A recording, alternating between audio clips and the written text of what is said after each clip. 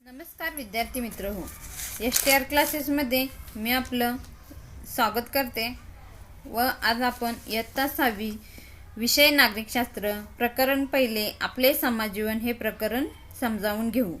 या प्रकरणात आपल्याला काय शिकायचे आहे ते थोडक्यात पाहू। या प्रकरणात आपल्याला 4 मुद्दे दिलेले आहेत। पहिला, माणसाला समाजाची गरज का वाटली। दुसरा, माणसातील समाजशीलता। तिसरा, आपला विकास व चौथा, समाज म्हणजे काय। इयत्ता 5वीच्या पाठ्यपुस्तकात माणसाची उत्क्रांती कशी झाली हे तुम्ही शिकलात। आजचे आपले सामाजिक जीवन हजारो वर्षाच्या उत्क्रांतीतून उदयास आलेले आहे, आकारास आलेले आहे।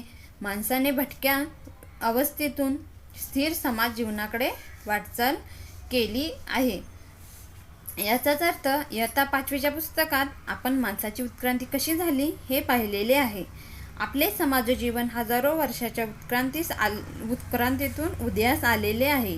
आज आपण जे प्रगत जीवन पाहत आहोत ते भटक्या अवस्थेतून माणसाने स्थिर जीवनाकडे केलेली वाटचाल आहे।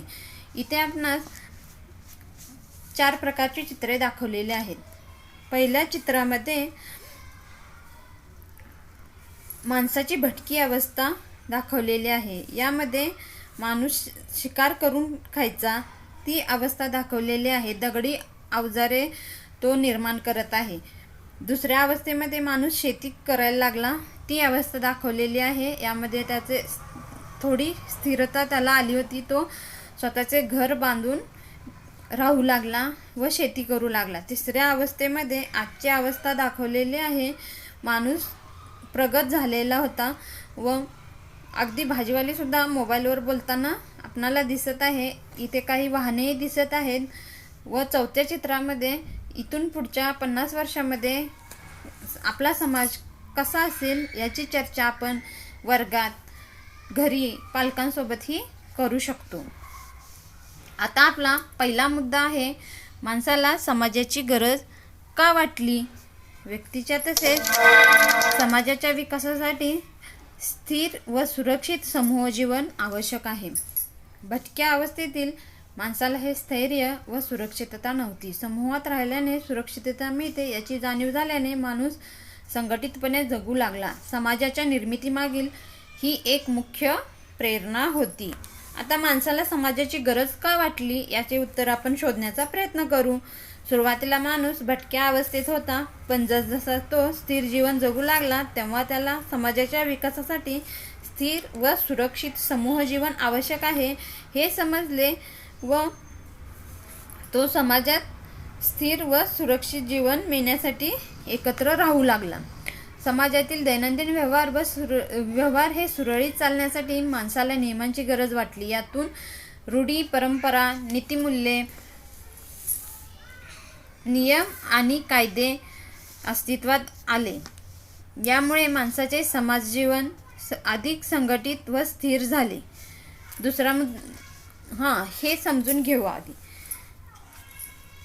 माणसाने नियम व कायदे का निर्माण केले। माणूस हा संघटित राहू लागला व यातूनच समाज निर्मिती झाला।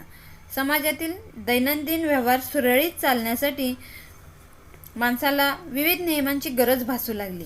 यातून रूढी, परंपरा, नीतिमूल्ये, नियम व कायदे अस्तित्वात आले व ते सर्वांनी पाळले पाहिजेत तरच आपला समाज सुरळीत चालू शकतो याची माणसाला जाणीव झाली। व आता दुसरा मुद्दा आपण पाहणार आहोत, माणसातील समाजशीलता।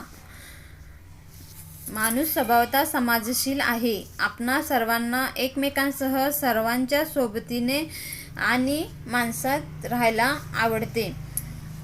सर्वांसमवेत राहणे ही जशी आनंदाची बाब आहे तशीच ती आपली गरजही आहे। माणसाला एकटं राहायला आवडत नाही, तो समाजशील आहे। त्याला सर्वसमवेत राहायला आवडते व त्याला जेवढा त्यात आनंद होतो तेवढीच त्याला गरजही वाटते। आपल्या अनेक गरजा असतात, अन्न, वस्त्र, निवारा या आपल्या शारीरिक गरजा आहेत। त्या पूर्ण झाले की माणसाला स्थैर्य मिळते, परंतु माणसाला तेवढेच पुरेसे नसते. आपल्या काही भावनिक आणि मानसिक गरजाही असतात. उदाहरणार्थ सुरक्षित वाटणे ही आपली भावनिक गरज आहे. आता हे पहा, अन्न, वस्त्र, निवारा ह्या माणसाच्या शारीरिक गरजा आहेत व त्या पूर्ण. मैत्रिणी यांचा सहवास आपल्याला आवडतो, यातून आपली समाजशीलता दिसते. कुटुंबातील लोक, नातेवाईक, मित्रमैत्रिणी त्यांच्या सुखदुःखात आपण सहभागी होतो. आपल्या सुखदुःखात ते सहभागी होतात. अडीअडचणीच्या वेळी ते आपल्या पाठीशी उभे राहतात. यातूनच माणसाची समाजशीलता आपणाला दिसून येते. इथे आपणास एक उपक्रम दिलेला आहे.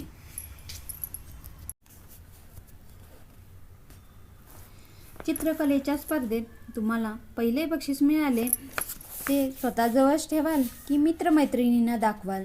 त्यांनी तुम्हाला कसा प्रतिसाद द्यावा अशी तुमची अपेक्षा आहे? त्यांच्या प्रतिसादानंतर तुम्हाला कसे वाटेल? अर्थातच आपण ते सर्वांनाच दाखवू.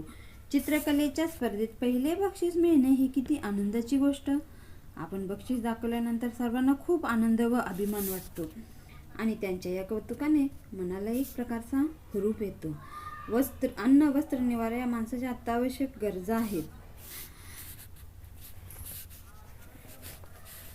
हे तुम्हाला माहीत आहे. समाजातील व्यक्तीचे श्रम आणि त्यांच्या कौशल्यामुळे वस्तू तयार होतात. शिक्षण आणि आरोग्यविषयक सेवा सुविधांमुळे आपण सन्मानाने जगू शकतो. या सर्व बाबी आपल्याला समाजात उपलब्ध होतात. वेगवेगळे उद्योग व व्यवसायातून आपल्या गरजा पूर्ण होतात. उदाहरणार्थ आपल्याला अभ्यासासाठी पुस्तक लागते, पुस्तकासाठी कागद लागतो, त्यामुळे कागद निर्मिती, छपाई आणि पुस्तक बांधणी इत्यादी उद्योगांचा विकास होतो. अनेक व्यक्ती त्यात वाटा उचलतात.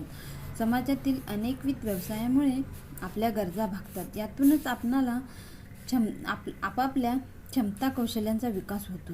समाजात मूलभूत गरजांची पूर्तता होते. सुरक्षितता, कौतुक, प्रशंसा, आधार इत्यादींसाठी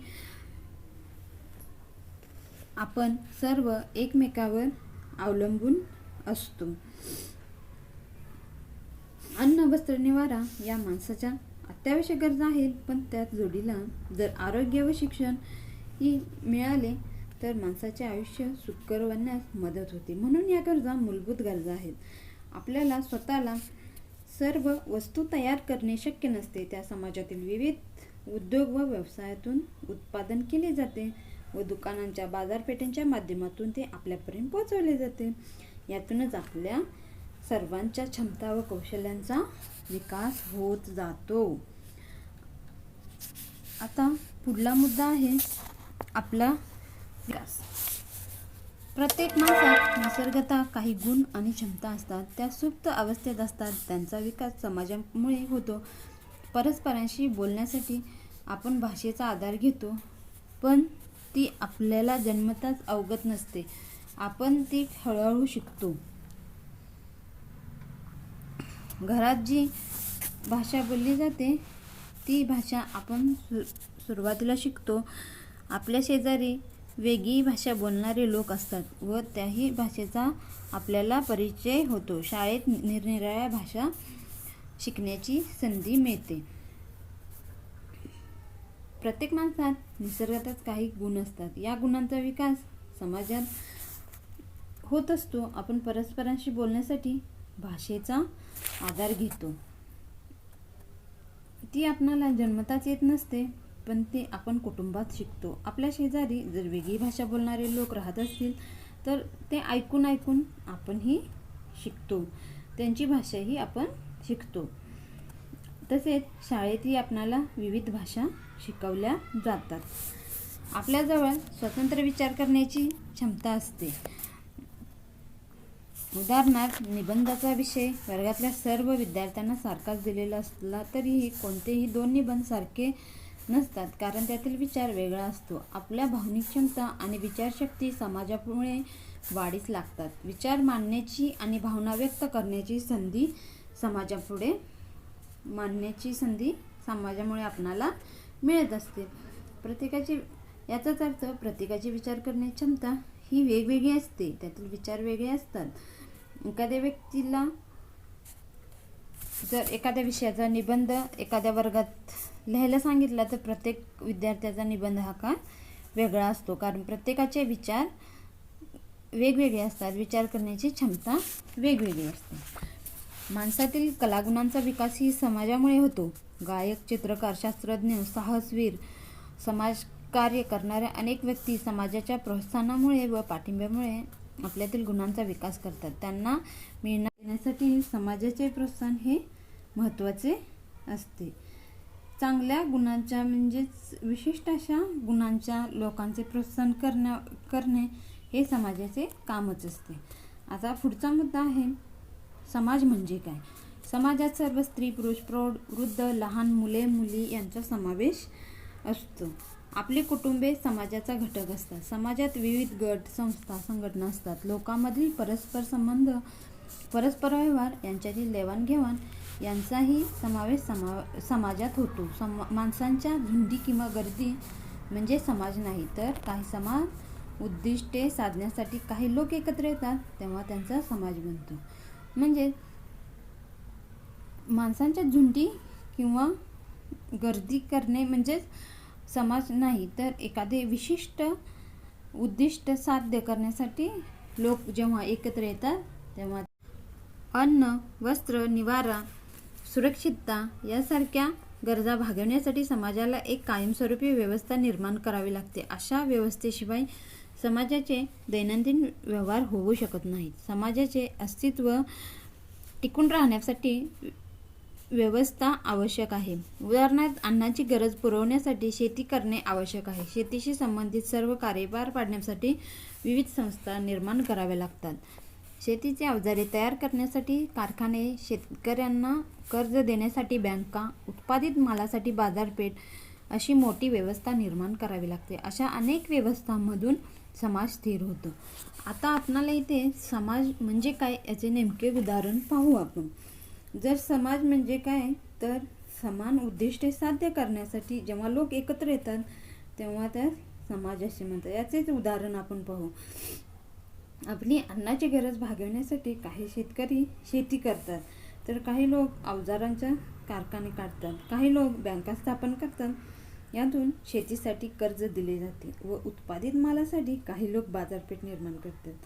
अशा तऱ्हेने प्रत्येकाने आपापले कौशल्य वापरून ही एक व्यवस्था निर्माण केलेली आहे व त्यामुळे समाज स्थिर होण्यास मदत झालेली आहे.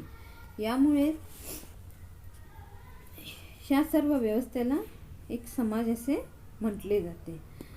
जर तुम्हाला हा माझा व्हिडिओ जर आवडला असेल तर सबस्क्राईब करा. धन्यवाद.